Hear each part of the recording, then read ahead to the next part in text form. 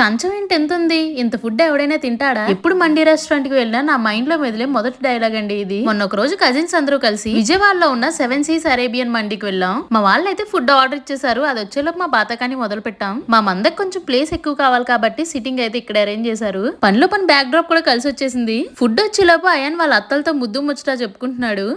ఇంక మొదలు పెడదామా? ఫస్ట్ అయితే అందరం ఈ చికెన్ సూప్ ఆర్డర్ చేసుకున్నాం. గొంతులో ఘాటుగా భలే వెళ్ళిపోయిందండి. నెక్స్ట్ స్టార్టర్స్ లోకి ఫింగర్ ఫిష్ ఆర్డర్ చేసుకున్నాం. తింటుంటే క్రిస్పీగా చాలా బాగుందండి. అసలు ఫుడ్ ఇంత ఆర్డర్ చేసుకునేటప్పుడు దానికి న్యాయం చేయగలిగేంత జనం ఉండాలండి. లేకపోతే మనం డబ్బులు పెట్టి ఆర్డర్ చేసుకున్నదంతా తినలేక వేస్ట్ చేసుకోవాల్సి వస్తుంది.